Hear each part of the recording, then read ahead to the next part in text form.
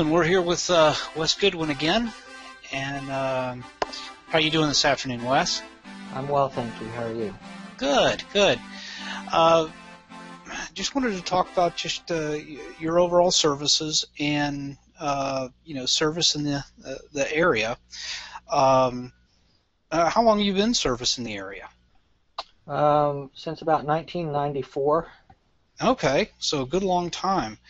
And most people don't realize that when it comes to data recovery and forensics, conversion and such, that somebody without a lot of experience in that area, I'm seeing that their assumption is, well, there's somewhere just right around the corner, kind of like your local computer shop would be, and that's really not the case. There's from the standpoint of full-scale data recovery companies, forensic, it's such a specialized area that there's a couple of dozen big players, which DataBank is, but they don't have a location around every corner like you would say a Best Buy or just your computer shop. Can you elaborate any further on that? Have any feedback just from your experience in that area? Yeah, my experience is that there are certainly more data recovery labs now than there were, say, 15 years ago. But they're not in every city by all means. And some people operate differently than others. Some people have lots of drop-off locations in various cities, or partners that will collect a hard drive, but they still end up shipping it to the main data recovery lab.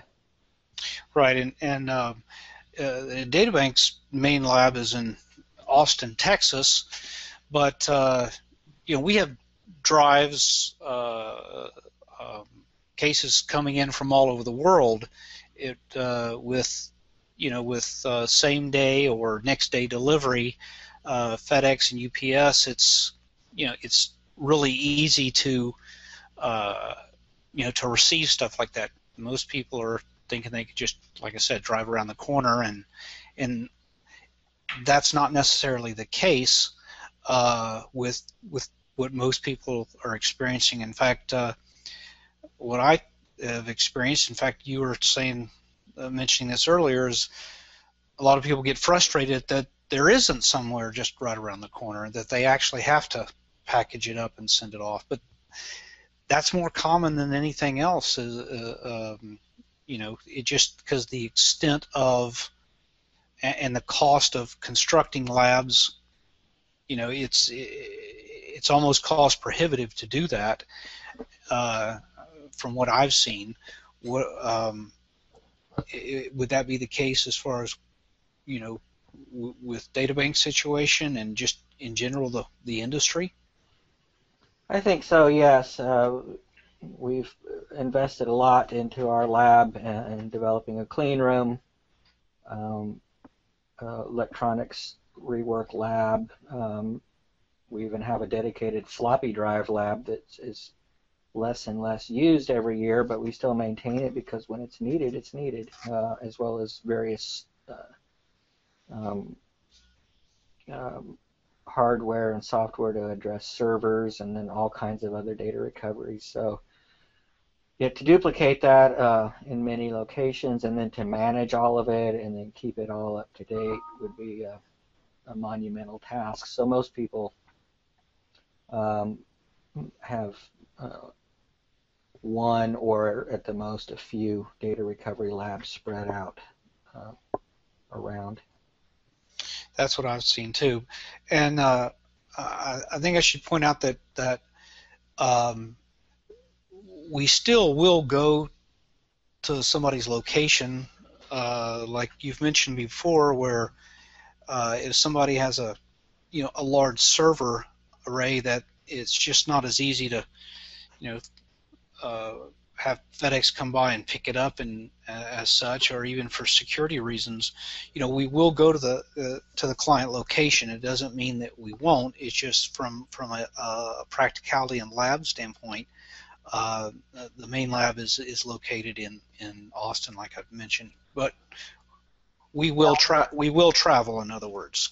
Yeah, we can travel when and we can certainly do some triage on site. But of course, our resources become limited to what we take with us, and often cases the exact problem is unknown. So it's best if we can have our resources with us when we do the full-scale data recovery. And it's common that, like you say, we can go to a client site, do some triage, and maybe get what we need, and then bring it back to our lab. Or there are cases when we can just do the full data recovery on site. But it is a lot more expensive, and we are more limited on what we can do when we do it that way. And that makes sense. I would think that most people would understand that type of thing, and that goes for the forensics too. And your conversion services, as far as I would assume, I would think that the conversion, most stuff is sent in versus you going out anyway, or your Yeah, team. most conversion projects do come in. A lot of times there's a high volume of those, first of all, and it's spread out over a longer period of time. Forensics, same way. A lot of them are sent in, but it is very common in forensics that we may need to go on site for some reason to acquire forensic images of the various media, and then bring those images back for the forensic analysis in our lab. Okay, all right. Well, I think this is going to be helpful for a lot of people that question why is it that they have to box it up and ship it. As far as shipping, what type of recommendations do you have so that that the drive/media does arrive in a condition that you can work with? You're not going to stick it in an envelope, I'm assuming. No, we recommend, for in the instance, say, for a hard drive, that it be placed in an anti-static bag, and it be put in a packaging such as a box wrapped with bubble wrap with at least 2 inches of foam or some kind of cushion around it, but fits snugly so it's not rattling around in the box. And then we recommend that be shipped FedEx priority overnight. In our experience, it gets the best handling that way. And we've never really had an issue with damage beyond any original damage when media is shipped that way. Okay, all right. Well, Wes, I appreciate your time, and this is going to be really helpful for people, and I'm sure once again we'll be talking again soon. Thank you, Ken. All right, take care. Have a good afternoon. Bye-bye.